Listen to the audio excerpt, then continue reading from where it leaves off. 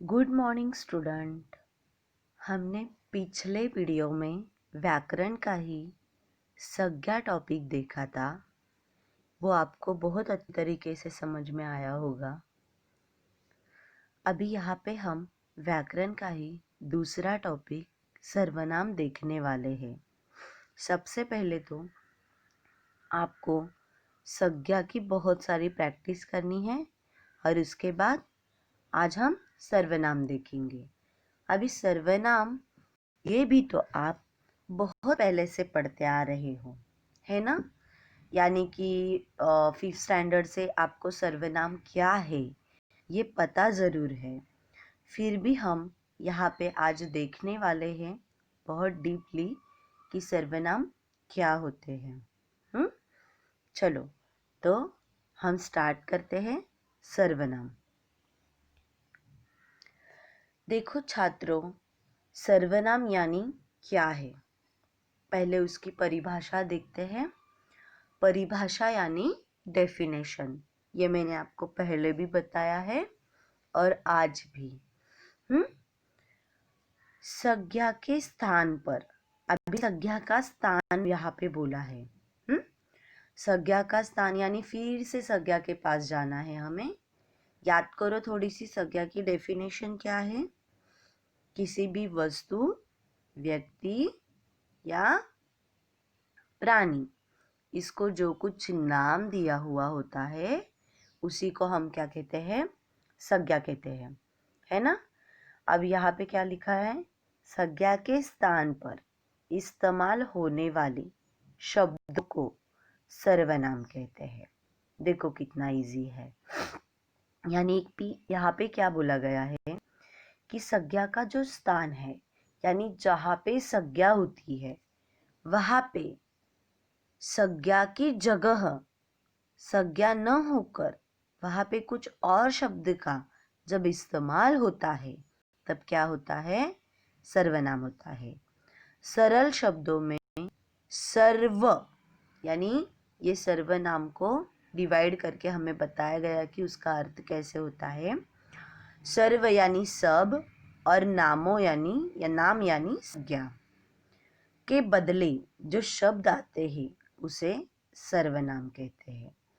यानी देखो, जैसे फॉर एग्जाम्पल मैं, यानी कोई भी व्यक्ति अपने आप को जब अपने आप के बारे में जब कोई बात बता रहा है तो नाम लेके बोलेगा क्या,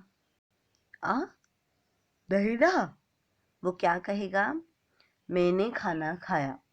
मैं खुद ऐसे बताऊंगी क्या, यानी आप खुद आपका नाम लेके बोलोगे क्या कि सपोज आपका नाम सचिन है तो आप बोलोगे सचिन ने खाना खाया, नहीं ना। आप क्या बोलोगे किसी और को बताने के टाइम पे, मैंने खाना खाया, यानी या मैं पढ़ाई कर रहा हूँ। अगर आपको ये बोलना है तो आप क्या करते हो, आपकी नाम की जगह, यानी आपका नाम क्या है, संज्ञा है, करेक्ट ना। आपका नाम संज्ञा है और आप आपका नाम नहीं ले रहे हैं बल्कि उसकी जगह मैं कह रहे हो, है ना। तो क्या हुआ, संज्ञा की जगह आपने मैं कहा, इसलिए यहाँ पे ये क्या है, सर्वनाम। जो संज्ञा की जगह लेता है वहाँ पे दूसरा शब्द लगता है तो वो हो जाता है सर्वनाम। नेक्स्ट देखो, तू। तू ये शब्द जब हम यूज करते हैं तो क्या करते हैं, तू क्या कर रहा है। फिलहाल हम रमेश क्या कर रहा है ऐसे भी कह सकते हैं, पर अगर उसकी नाम की जगह, यानी उसका नाम यानी संज्ञा, उसकी जगह हम जब तू शब्द यूज करते हैं तो संज्ञा की जगह यूज किया, इसलिए वो क्या हुआ, सर्वनाम, है ना। आपको अभी समझ में आया होगा कि किस प्रकार हम सर्वनाम शब्द को यूज करते हैं। और यहाँ पे फॉर एग्जाम्पल के रूप में सर्वनाम में कौन से शब्द आते हैं ये यहाँ पे दिखाइए। देखो, मैं, तू, वह, आप, कोई, यह, ये, वे, हम, तुम, कुछ, कौन, क्या, जो, सो, उसका, आदि। ये सारे शब्द जो है, हम जब भी कोई सेंटेंस बोलते हैं या बनाते हैं, उस सेंटेंस में इन सारी चीज़ों का इस्तेमाल होता ही है। और जब हम किसी भी व्यक्ति का प्रॉपर नाम न लेके वहाँ पे ये सारे शब्द यूज़ करते हैं, तो वो क्या हो जाता है? सर्वनाम हो जाता है ना? यहाँ तक आपको समझ में आया होगा, क्योंकि सर्वनाम ये तो आप बहुत पहले से पढ़ रहे हो, है ना? तो ये अच्छे तरीके से आपको यहाँ तक समझ में आया होगा। तो चलो आगे देखते हैं। यहाँ पे देखो, सर्वनाम की आवश्यकता बताया है। कहाँ कहाँ होते हैं। ये फिर से वही सारे सर्वनाम हैं जो अभी मैंने आपको पढ़ के दिखा है। क्या है? फिर से देखो, मैं, तू, वह, आप, कोई, यह, ये, वे, हम, तुम, कुछ, कौन, क्या, जो, सो, उसका आदि सर्वनाम शब्द है। ये सारे सर्वनाम शब्द है। अन्य सर्वनाम शब्द भी इन्हीं शब्दों से बने हैं, जो लिंग, वचन, कारक की दृष्टि से अपना रूप बदलते हैं।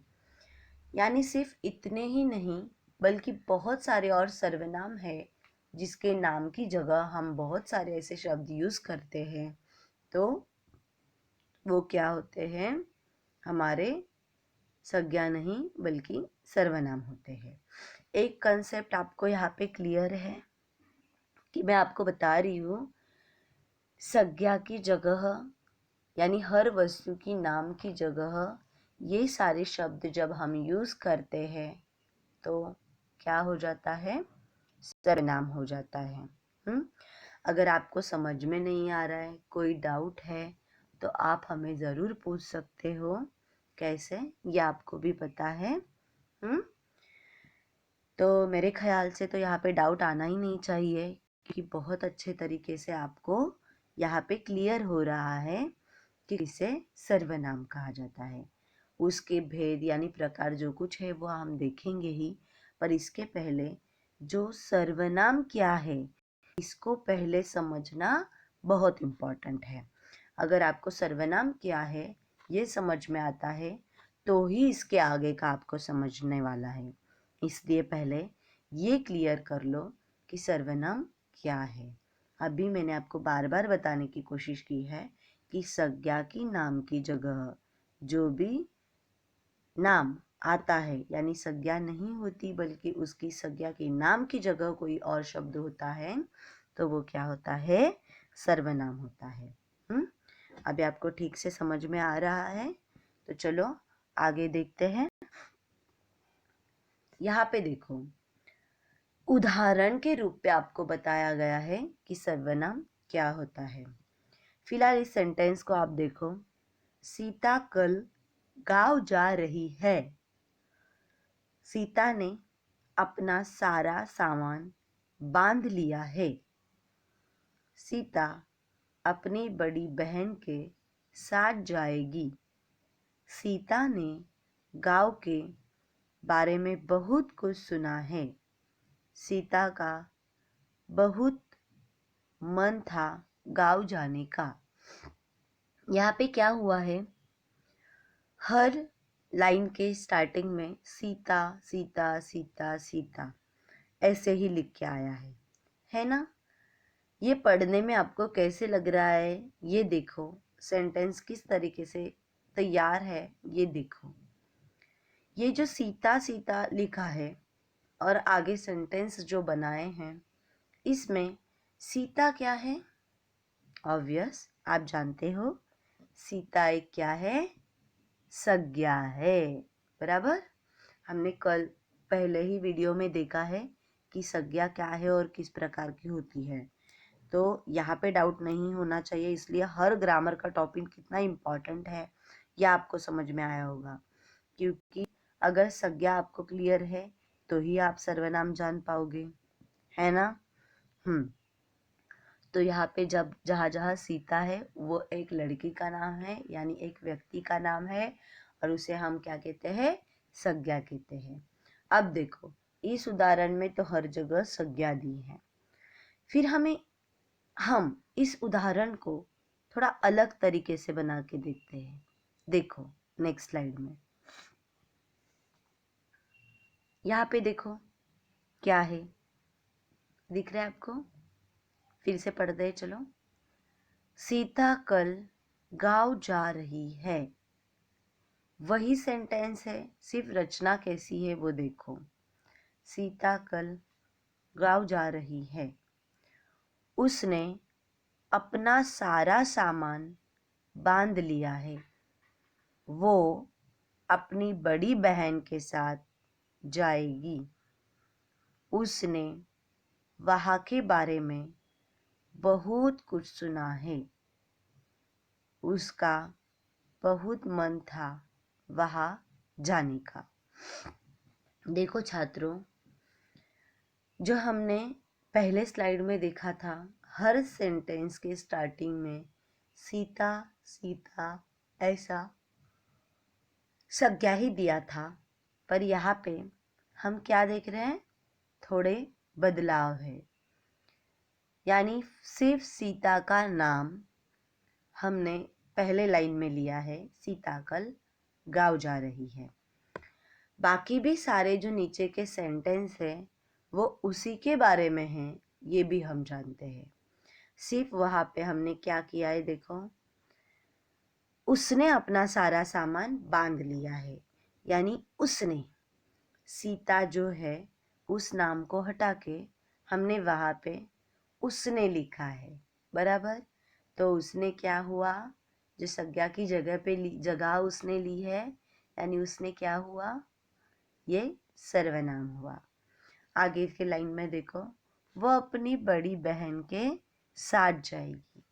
वो अपने बड़ी बहन के साथ जाएगी। वो यानी कौन, सीता ही।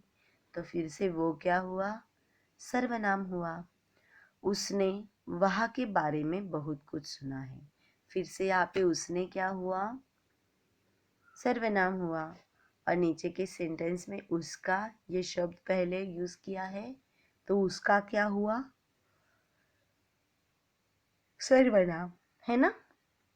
तो इस तरीके से हर नाम की जगह हम जब दूसरा शब्द यूज किया जाता है तो वो क्या होता है, क्या होता है, सर्वनाम होता है ना। चलो आगे देखो, यहाँ पे भी देखो, थोड़ा सा आपको बहुत इजी तरीके से बताया गया है। सर्व शब्द का अर्थ सब होता है, और संज्ञा का अर्थ कोई भी नाम होता है, और सर्वनाम का अर्थ फिर सबका नाम होता है।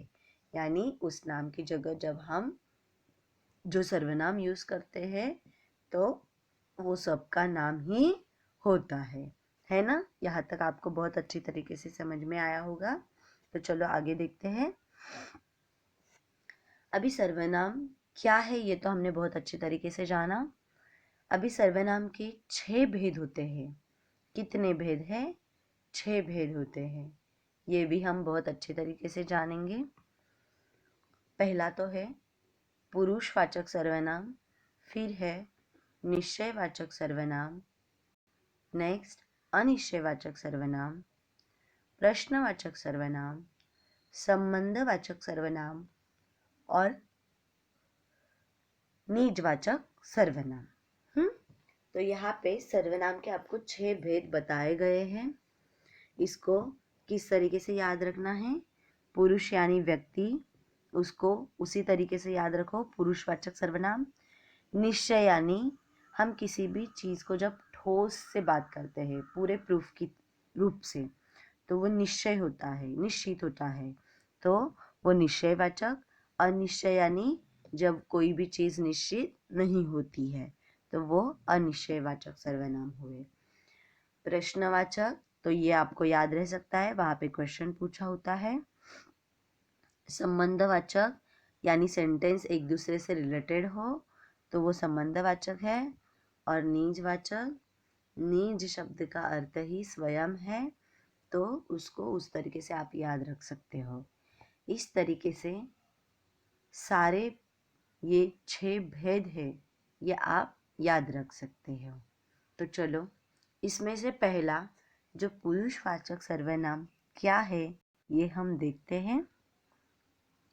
देखो यहाँ पे छात्रों, पुरुषवाचक सर्वनाम क्या है ये दिया है। तो यहाँ पे ये वे शब्द होते हैं जो व्यक्तियों के नाम के साथ स्थान पर प्रयोग किए जाते हैं। यानी यहाँ पे क्या बताया है, कोई भी व्यक्ति का नाम न लेकर उसकी जगह जो शब्द हम लेते हैं उसे ही हम क्या कहते हैं, पुरुषवाचक सर्वनाम। अभी पुरुषवाचक सर्वनाम में उदाहरण के रूप में उन्होंने देखो दिए हैं, कौन से शब्द हैं, मैं, तुम, हम, उसका, उसकी आदि, है ना।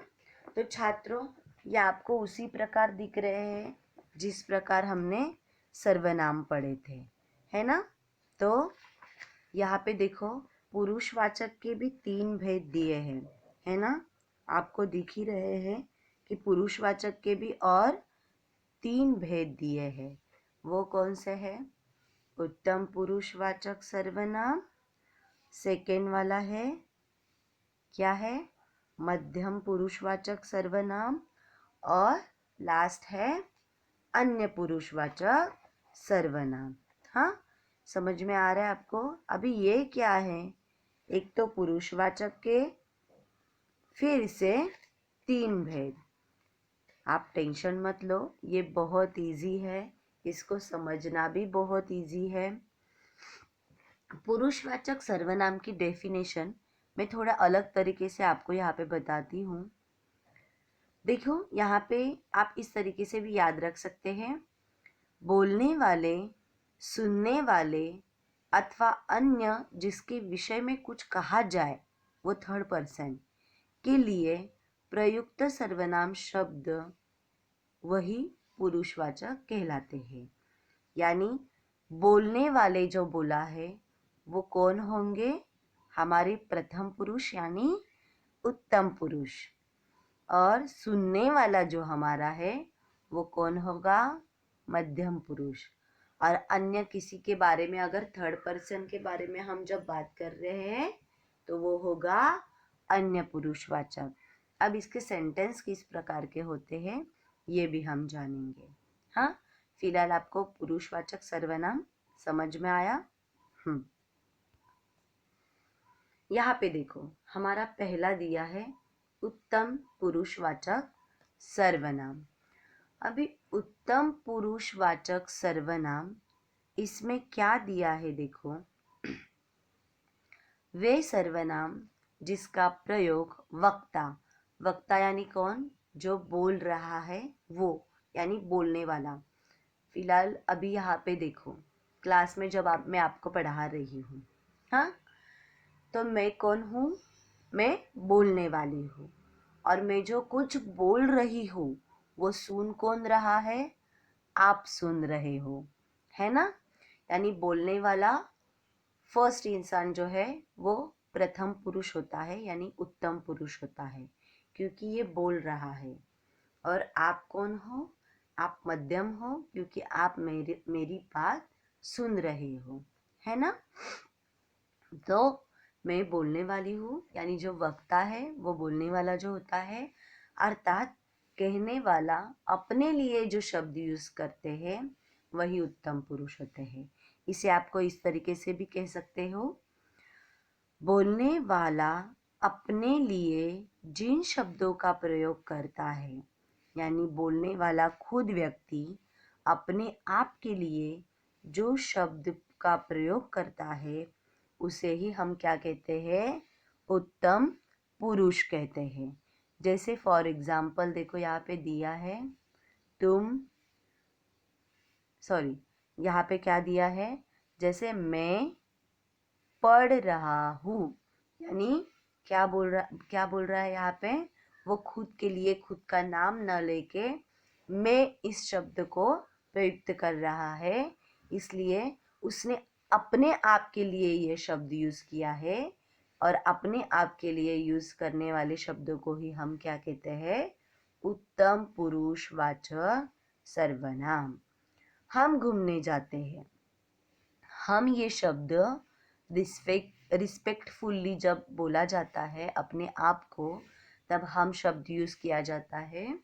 यानी अगर मैं भी आपको जब बता रही हूँ तो मैं नहीं, हाँ हमने ये बताया था, ये अगर मैं यूज करती हूँ तो हम ये शब्द मैं अपने आप के लिए यूज करती हूँ, इसलिए ये फिर से क्या होता है? उत्तम पुरुषवाचक सर्वनाम। और हमारी सुनो, यानी मैं कह रही हूँ हमारी सुनो, तो ये भी शब्द फिर हम अपने आप के लिए यूज करते हैं, तो ये क्या हो जाता है? उत्तम पुरुषवाचक सर्वनाम। इजी है कि बोलने वाला जब अपने आप के लिए जो शब्द यूज करते हैं तो वो क्या हो जाता है? उत्तम पुरुषवाचक सर्वनाम हो जाता है। ओके, अब आपको उत्तम पुरुषवाचक सर्वनाम बहुत अच्छे तरीके से समझ में आया होगा। उत्तम पुरुष यानी फर्स्ट पर्सन जो बोलने वाला है।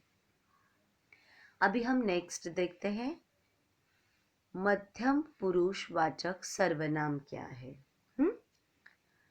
ऐसे सर्वनाम जिसका प्रयोग सुनने वाला अर्थात श्रोता, श्रोता यानी कौन होता है? सुनने वाला। वक्ता क्या होता है बताया था? बोलने वाला। श्रोता सुनने वाला। श्रोता के लिए जब किया जाता है तो क्या होता है? वो मध्यम पुरुषवाचक सर्वनाम। या इसके अलावा आप ऐसे भी कह सकते हो,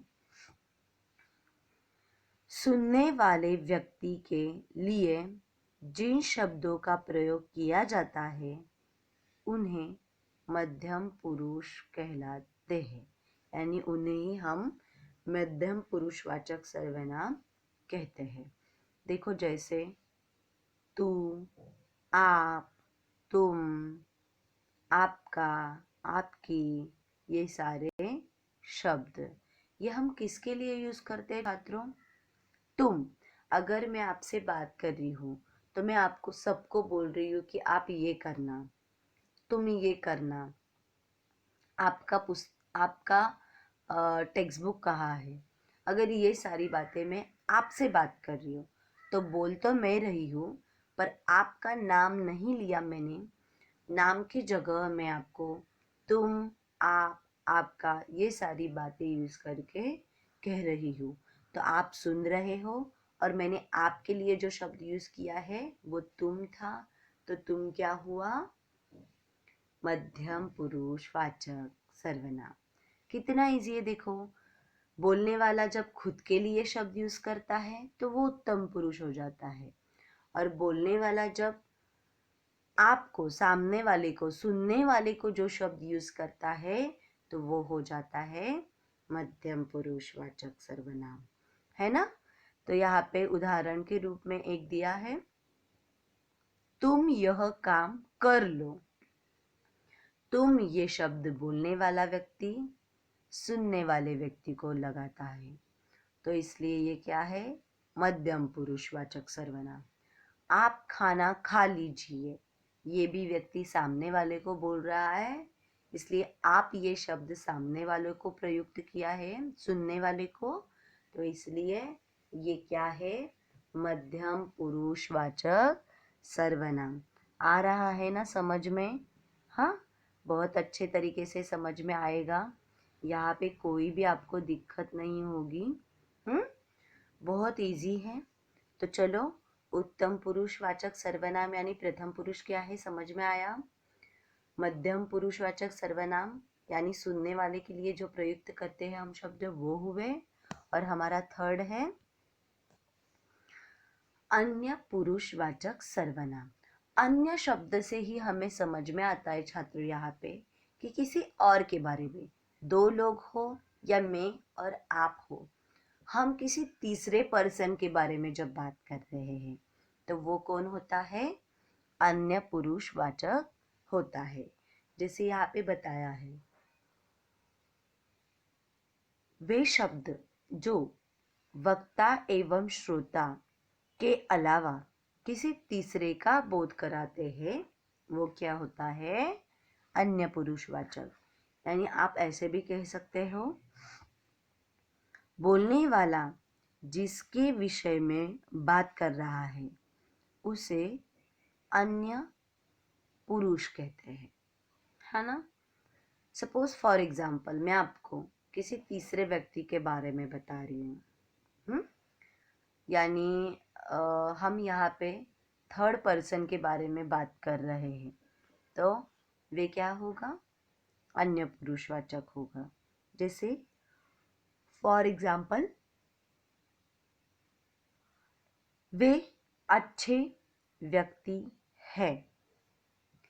कौन अच्छा व्यक्ति है उसका मैंने नाम नहीं लिया, बल्कि नाम की जगह मैंने ये शब्द यूज किया कि वे अच्छे व्यक्ति हैं।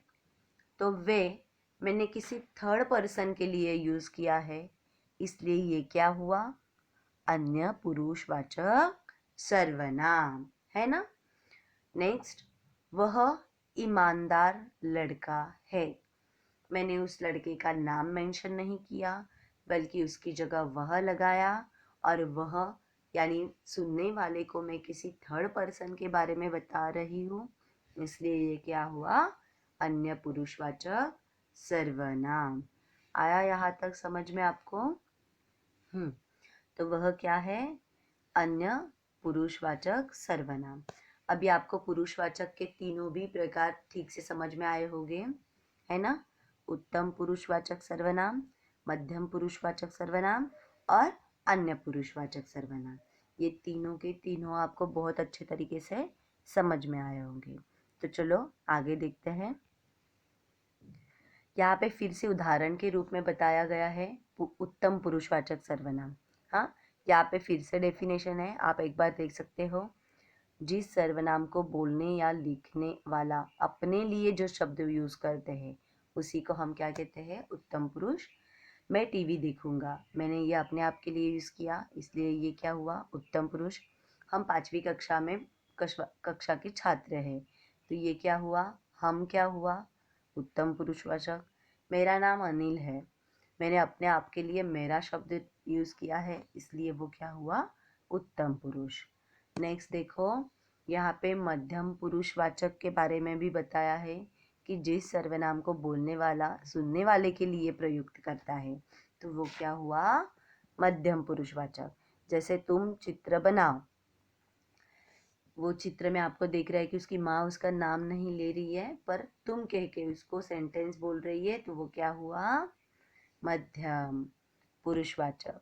और यहाँ पे देखो, आप इधर बैठिए, वो एक दूसरे व्यक्ति को बोल रहा है कि आप इधर बैठिए, रिस्पेक्टफुली बोल रहा है, तो यानी कि आप किसके लिए हुआ? मध्यम पुरुषवाचक के लिए। और ये लास्ट जो अन्य पुरुषवाचक जो हमने देखा था, जहाँ पे है जिस सर्वनाम को कहने या बोलने वाला किसी अन्य व्यक्ति के लिए प्रयुक्त कोई शब्द यूज करता है तो वो हुआ अन्य पुरुषवाचक सर्वनाम। जैसे देखो यहाँ पे पहले पिक्चर में दिया है, वो झूठ नहीं बोलता, यानी हम तीसरे व्यक्ति के बारे में बोल रहे हैं कि वो झूठ नहीं बोलता, तो वो क्या हुआ? अन्य पुरुषवाचक। उसके पास कार है, हम किसी तीसरे बारे का, अभी ये चित्र में जो मैंने बोला कि उसके पास कार है, तो वो कौन? थर्ड पर्सन है, और मैं आपको थर्ड पर्सन के बारे में बता रही हूँ, तो वो क्या है? अन्य पुरुषवाचक। अब हमने डेफिनेशन भी देखे, बहुत सारे उदाहरण भी देखे, और ये उदाहरण और डेफिनेशन फिर से हमने चित्रों के बारे में वहाँ पे भी समझ में लिए, तो यह भी बहुत अच्छे तरीके से आपको समझ में आए होंगे। तो चलो आगे वाला पॉइंट हम देखते हैं। निश्चयवाचक सर्वनाम। अभी निश्चयवाचक सर्वनाम ये क्या है? वे शब्द जो किसी निश्चित वस्तु, व्यक्ति, घटना का बोध कराते हैं।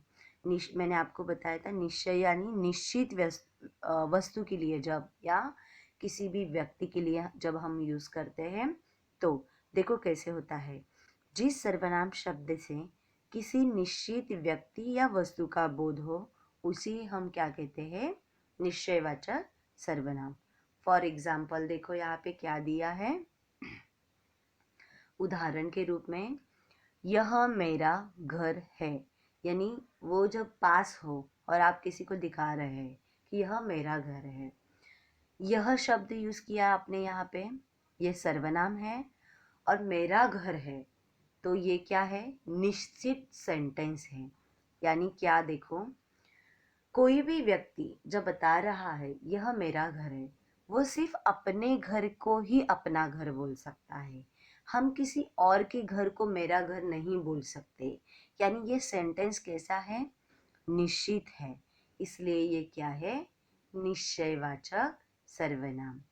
और अगर हम दूर से बता रहे हैं किसी को तो क्या बोलेंगे? वह मेरा घर है, ऐसे बोलेंगे। सेम सेंटेंस है। यहाँ पे हम क्या कर रहे हैं? सिर्फ घर तो अपना ही है, ये फिक्स है कि घर उसी का है। सिर्फ वो, यह, वह ये शब्द लगा के इस सेंटेंस को बोल रहा है। तो ये सर्वनाम लगा के बोल रहा है, इसलिए क्या कह रहा है वो? कि ये निश्चित सेंटेंस है। हम लोग अगर कहेंगे वह मोहन का घर है, यहाँ पे भी हमने वह ये शब्द यूज किया, यानी वो सर्वनाम है। और घर उसी का है, वो निश्चित है, सेंटेंस निश्चित है कि किसी और के वस्तु को, किसी और के व्यक्ति के नाम को हम अपना नहीं कह सकते, वो उसका है, ये बात निश्चित है। इसलिए वो क्या है? निश्चयवाचक सर्वनाम। अब आया आपको समझ में कि सेंटेंस जब आप पढ़ रहे हो वो तो अगर निश्चित शब्दों के लिए, अगर फॉर एग्जांपल और एक लें, यह मेरे पापा जी है, तो ये सेंटेंस यह यूज किया इसलिए ये सर्वनाम, और वो मेरे पापा जी है ये कंफर्म सेंटेंस है। यानी आप किसी और के पापा को अपना पापा कह सकते हो नहीं ना? हाँ, तो ये पापा जी आपके ही है, इसलिए हम लोग उनको अपने ही बताएंगे, तो ये सेंटेंस रिलेशन निश्चित है, तो वो क्या हुआ? निश्चयवाचक सर्वनाम। आया समझ में? तो चलो आगे देखते हैं। सेम उसके ऑपोजिट रहेगा हमारा अनिश्चयवाचक सर्वनाम। अभी अनिश्चयवाचक सर्वनाम में क्या है कि जिन सर्वनाम से किसी निश्चित व्यक्ति या वस्तु का बोध न हो, यानी निश्चयवाचक के बिल्कुल ऑपोजिट हमारा क्या जाएगा? अनिश्चयवाचक सर्वनाम। यहाँ पे किसी भी चीज की निश्चितता नहीं होती, यानी ये सेंटेंस कैसे होते हैं?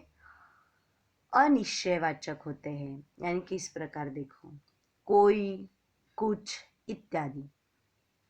कोई, कुछ ये शब्द हम कोई भी चीज अंदाज के रूप में हमें कहनी हो जो कंफर्म नहीं, उसे हम यूज करते हैं, है ना? उसी प्रकार जैसे आपको यहाँ पे इस तरीके से भी जान सकते हो, जिस सर्वनाम से किसी अनिश्चित वस्तु, व्यक्ति का बोध हो, अनिश्चित वस्तु यानी जो कंफर्मेशन नहीं हो का बोध होता है, उसे अनिश्चयवाचक सर्वनाम कहते हैं। यानी देखो, यहाँ के उदाहरण छोड़ के मैं पहले कुछ अलग उदाहरण आपको बताती हूँ। दाल में कुछ गिर गया है। दाल जो हम खाते हैं, उस दाल में कुछ गिर गया है। मैंने यहाँ पे कुछ गिर गया है बोला, पर क्या गिरा है ये कंफर्म नहीं है, इसलिए मैंने कुछ शब्द का यूज किया है। तो कुछ शब्द का यूज जब हम करते हैं तो कंफर्मेशन नहीं है, तो दाल में क्या गिरा है ये नहीं बताया, कुछ तो गिरा है इतना पता है, इसलिए ये क्या है? अनिश्चयवाचक सर्वनाम। नदी में कोई तैर रहा है। कोई तैर रहा है, कौन तैर रहा है ये बताया नहीं। अगर बताया होता तो वो निश्चयवाचक सर्वनाम हो जाता। यहाँ पे नहीं बताया है, यहाँ पे कोई शब्द यूज किया है, इसलिए ये क्या है, अनिश्चयवाचक सर्वनाम।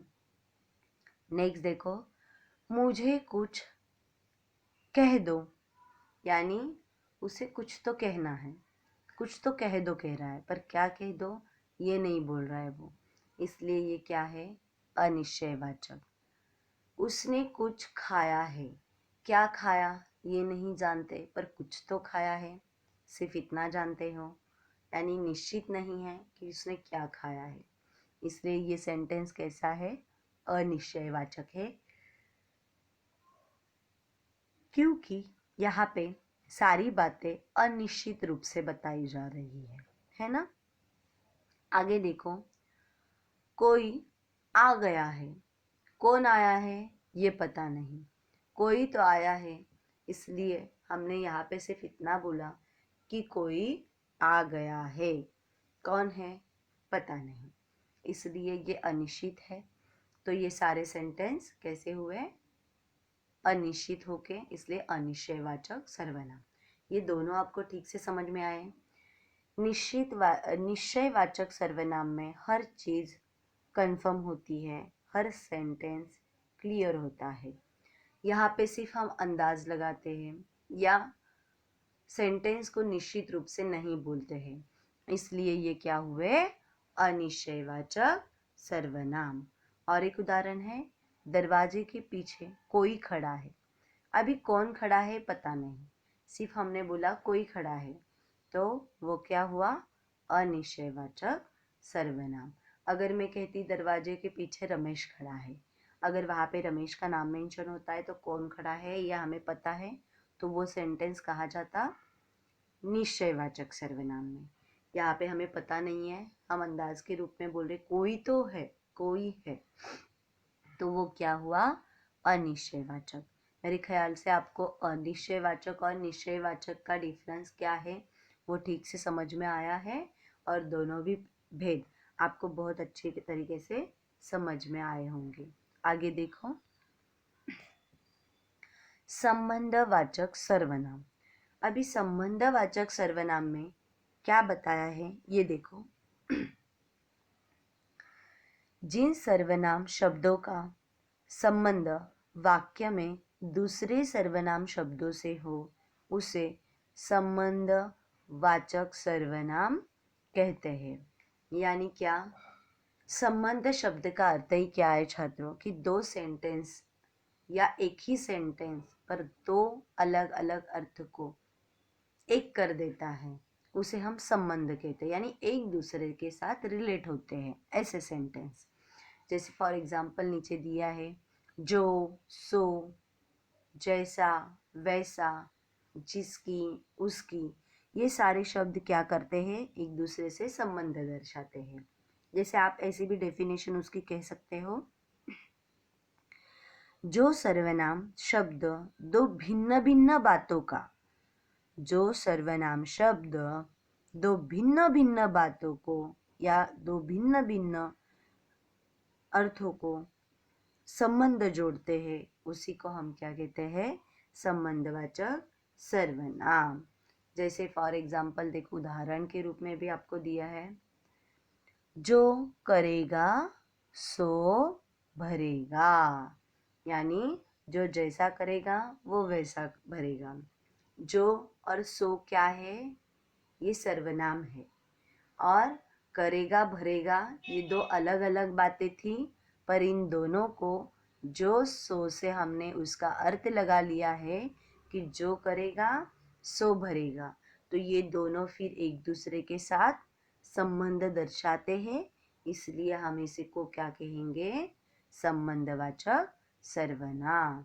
दो ऐसे शब्द जो सेंटेंस को जोड़ते हैं वही हमारे संबंधवाचक सर्वनाम होते हैं। जो भी सर्वनाम, यहाँ पे जैसी वैसी, यानी जैसी करनी वैसी भरनी, करना और भरना अलग था, पर जैसे वैसी सर्वनाम से वो जुड़ गए, इसलिए वो क्या हुआ, संबंधवाचक सर्वनाम।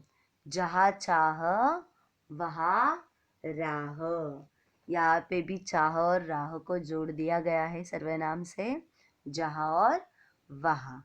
तो ये क्या है, संबंधवाचक सर्वनाम। जिसकी लाठी उसकी भैंस, यहाँ पे भी जिसकी उसकी, इन शब्दों से क्या किया है, संबंध दर्शाया गया है। आ रहा है अब आपको ध्यान में, जो सो जैसी वैसी जहाँ वहाँ जिसकी उसकी, इन सारे शब्द, ये सारे शब्द क्या होते हैं, सेंटेंस को एक दूसरे के साथ जोड़ के रखते हैं। तो क्या इसे ही हम क्या कहते हैं, ये एक दूसरे के साथ संबंध दर्शाते हैं, इसलिए ये संबंधवाचक सर्वनाम है। चलो आगे वाला नेक्स्ट पॉइंट देखते हैं हम। प्रश्नवाचक सर्वनाम। अभी प्रश्नवाचक सर्वनाम ये तो बहुत ही इजी है, संबंधवाचक सर्वनाम से भी ज़्यादा इजी है, क्योंकि प्रश्नवाचक में हमारा प्रश्न चिन्ह कंपलसरी होता है, क्वेश्चन मार्क जिसे हम कहते हैं वो। फिलहाल डेफिनेशन देखो, जो सर्वनाम प्रश्न पूछने के लिए प्रयोग किए जाते हैं उसे ही हम प्रश्नवाचक सर्वनाम कहते हैं। या आप ऐसे भी डेफिनेशन कह सकते हो, जिस सर्वनाम शब्द का प्रयोग प्रश्न पूछने के लिए किया जाता है, जिस सर्वनाम शब्द का प्रयोग प्रश्न पूछने के लिए किया जा सकता है उसे हम क्या कहते हैं, प्रश्नवाचक सर्वनाम कहते हैं। जैसे फॉर एग्जाम्पल आपको नीचे दिख रहा है, उसकी पहचान क्या है, कौन, क्या, कब, कहाँ, कैसे इत्यादि। यानी अभी उदाहरण के रूप पे देखे जाए तो तुम्हारा नाम क्या है, अगर ये मैं पूछती हूँ तो ये आपको क्वेश्चन है, लास्ट में क्वेश्चन मार्क्स होगा। तो तुम्हारा ये क्या है, सर्वनाम है, और उसके साथ क्वेश्चन का जो भी क्या, ये क्वेश्चन करने के लिए होता है ना हमारा, तो इसके लिए ये क्या हुआ, प्रश्नवाचक सर्वनाम। हम प्रश्न पूछने के लिए ये सारे शब्द जो यूज करते हैं, कौन, क्या, कब, कहाँ, कैसे, तो इसका इस्तेमाल हम करेंगे सर्वनाम, तो यही हमारा प्रश्नवाचक सर्वनाम होगा। माँ इस थैले में क्या रखा है, तो क्या, क्या क्या हुआ हमारा, प्रश्नवाचक सर्वनाम, और लास्ट में क्वेश्चन मार्क कंपलसरी ही रहता है क्योंकि ये क्वेश्चंस है। तुम क्या खा रहे हो, ये हम सामने वाले को पूछ रहे हैं, क्वेश्चन है, इसलिए वो प्रश्न है, इसलिए ये क्या हुआ, प्रश्नवाचक सर्वनाम है ना। देखो आगे, यह कैसे हुआ, कोई भी चीज कैसे हुई पूछ रही है, तो ये क्या हुआ, प्रश्नवाचक। बहुत ही आसान है। फॉर एग्जाम्पल, दरवाजे पर कौन खड़ा है, तुम्हें क्या चाहिए, ये सारे और भी उदाहरण उसके। तो इस प्रकार से जब भी हम क्वेश्चन कर देते हैं, लास्ट में क्वेश्चन मार्क्स देते हैं, तो और फिर आपको बोला जाता है कि इसमें सर्वनाम पहचानो, तो ऑब्वियस यहाँ पे क्वेश्चन मार्क है, क्वेश्चन पूछा गया है, तो वो क्या हो जाएगा, प्रश्नवाचक सर्वनाम। आ रहा है समझ में आपको, ठीक है। आगे देखो, हमारा लास्ट भेद है 6वें नंबर का, जो नीचवाचक सर्वनाम है। नीज, इस शब्द का अर्थ मैं आपको पहले क्लियर कहती हूँ। नीज शब्द यानी आप खुद, अपने आप के लिए जब बोला जाता है। नीज यानी, देखो कभी कभी हम एक सेंटेंस यूज करते हैं बातें करते करते कि ये मेरा निजी मामला है, आप इसमें दखल मत दो। निजी मामला यानी क्या होता है, निजी मामला यानी ये मेरे खुद का है, मेरे अपने आप का है। जब ये शब्द हम यूज अपने आप का है इसके खुद के लिए यूज करते हैं तो वो क्या हो जाता है, निजवाचक। जिन सर्वनाम नामों का प्रयोग अपने आप का बोध करने के लिए किया जाता है उसे ही हम क्या कहते हैं, निजवाचक सर्वनाम। यानी अपने आप के लिए जो शब्द हम यूज करते हैं उसी को हम निजवाचक सर्वनाम कहते हैं। या आप ऐसे भी कह सकते हो, कर्ता अपने लिए जिन सर्वनाम शब्दों का प्रयोग करता है उन्हें निजवाचक सर्वनाम कहते हैं। देखो जैसे आप, अपने आप, स्वयं, खुद और निज, ये सारे शब्द रहते हैं तो ये अपने आप के लिए यूज करने होते हैं तो उसे हम निजवाचक कहते हैं। उदाहरण देखो, मैं अपना काम आप कर लेती हूँ, कर लूँगा, यानी कि मैं अपना काम खुद ही कर लूँगा तो उसने अपने आप के लिए ये शब्द यूज किया इसलिए ये निजवाचक है। मैं अपना ही चला जाता हूँ, मैं आप ही चला जाता हूँ, यानी मैं खुद चला जाता हूँ तो ये क्या हुआ, निजवाचक सर्वनाम। मैं उनसे खुद मिलूंगा तो यहाँ पे क्या हुआ, मैं उनसे खुद मिलूंगा तो यहाँ पे क्या हो जाएगा, वो खुद शब्द जो है उसने अपने आप के लिए यूज किया है इसलिए ये निजवाचक हुआ। अब स्वयं का एक उदाहरण मैं आपको बताती हूँ। आप स्वयं जाकर देखें, यानी स्वयं ये शब्द भी क्या है, आपने आप के लिए यूज किया है। जहाँ पे आप, स्वयं, खुद, अपने आप और निज इस शब्द का उल्लेख अपने आप के लिए हो जाता है तो वो क्या हो जाता है, निजवाचक सर्वनाम हो जाता है। आपको बहुत अच्छे तरीके से यहाँ पे समझ में आया होगा कि क्या है। तो यहाँ पे हम अभी रुकते हैं। चलो आगे देखो। आपने बहुत अच्छे तरीके से यहाँ तक सुना है इसलिए सबको धन्यवाद। आगे हम और नए टॉपिक से मिलते हैं।